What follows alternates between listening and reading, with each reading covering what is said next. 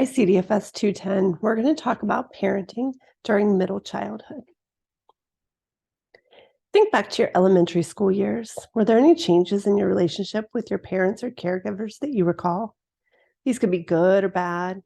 If you do not recall any changes, think back to a time during elementary school that your parents or caregivers provided support, reassurance that helped you navigate a difficult time.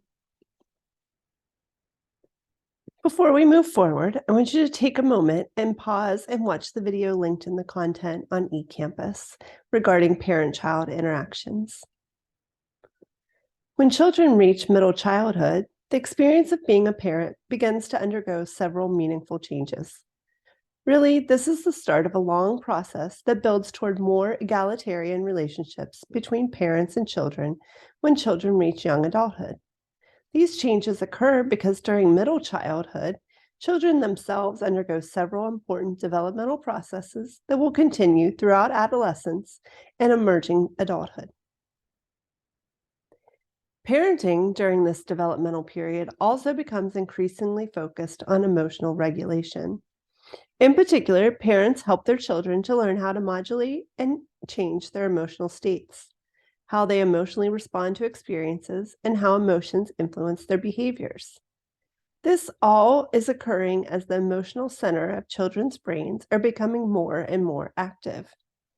Learning emotional regulation is very important for children because if they are unable to control their emotions, they will struggle in school and in peer relationships. First, children become much better thinkers. This is not to say that they necessarily become smarter or more logical. They are gathering more experiences, though. They also become quicker thinkers, able to manipulate objects in their minds, engage in abstract thought, and experience metacognition. These new skills will eventually help them navigate their worlds. But in the context of parent-child relationships, they allow parents to increasingly become a physiological secure base rather than a physical secure base. Second, children begin building their identities and developing a sense of self. Perceptions of self become more stable and enduring as well.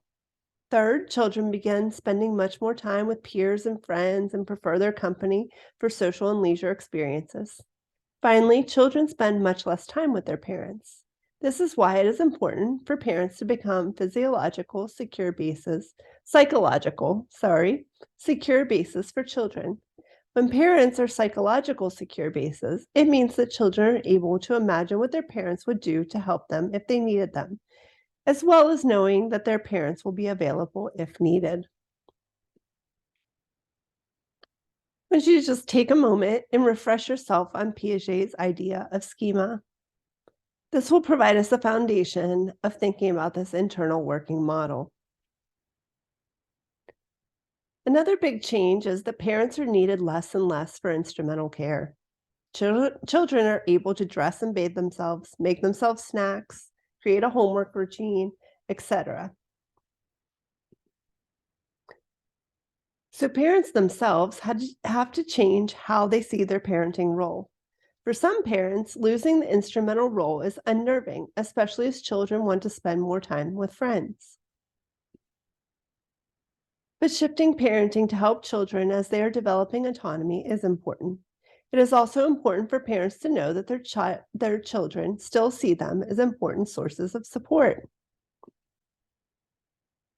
What is important is for parents to ensure that their children know that they are available to be supportive when they are needed. Perceptions of availability are enhanced when parents communicate openly with their children and parents remind children that they are available.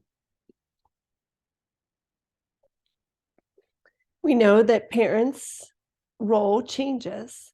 In this instance, we understand that less physical contact may be needed. Talking becomes a primary role of the family or the caregiver.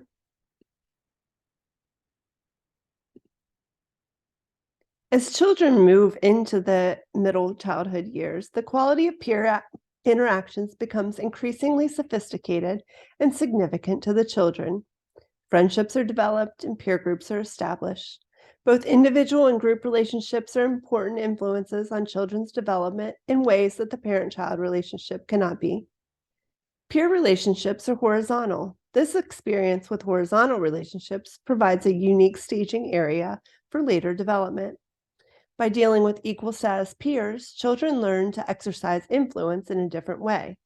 In turn, these interactions influence children's social and emotional well-being, self-concept, and self-esteem. Parent-child relationships are vertical. Parents play multiple roles in children's peer relationships and the development of social competence. We're going to talk more about this next week when we go into parenting during adolescence.